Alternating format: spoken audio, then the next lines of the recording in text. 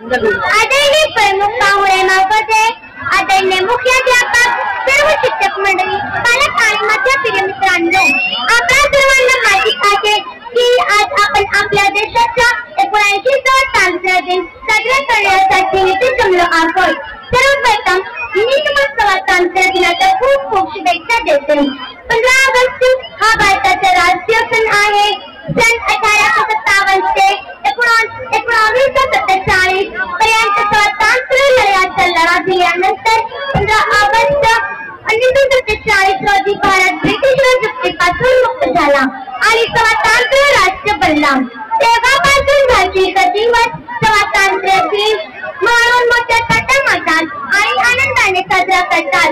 आपल्याला आणि आपल्या देशाला हे स्वातंत्र्य इंग्रजांकडून इतिहासाचे साधी मिळालेले नाही. देशाला स्वातंत्र्य मिळवून देण्यासाठी महात्मा गांधी, सुभाषचंद्र बोस, खान अब्दुल गफ्फार खान, मौलाना मोहम्मद अली जौहर, अबुल कलाम आजाद, अशफाकुल्ला खान, पंडित जवाहरलाल नेहरू अनेक क्रांतिकारकांनी बलिदान दिले. स्वातंत्र्याचा लढा लढण्यासाठी महात्मा गांधींनी सत्याग्रहाची चळवळ सुरू केली आणि काही वेळा त्यांना तुरुंगात जावे लागले, पण त्यांनी हार मानली नाही. कारण भारताला ब्रिटिश राजसत्तेपासून स्वातंत्र्य मिळवून देणे हे एकमेव ध्येय होते आणि अनेक अत्याचार आणि संघर्ष सेकंड केल्यानंतर ते यशस्वी झाले. आजच्या या मंगलदिनी भारताचे पंतप्रधान लाल किल्ल्यावर भारताचा राष्ट्रध्वज फडकवितात.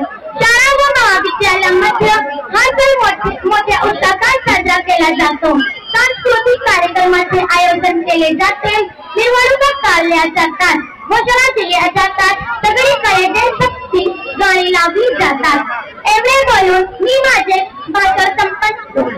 जय हिंद.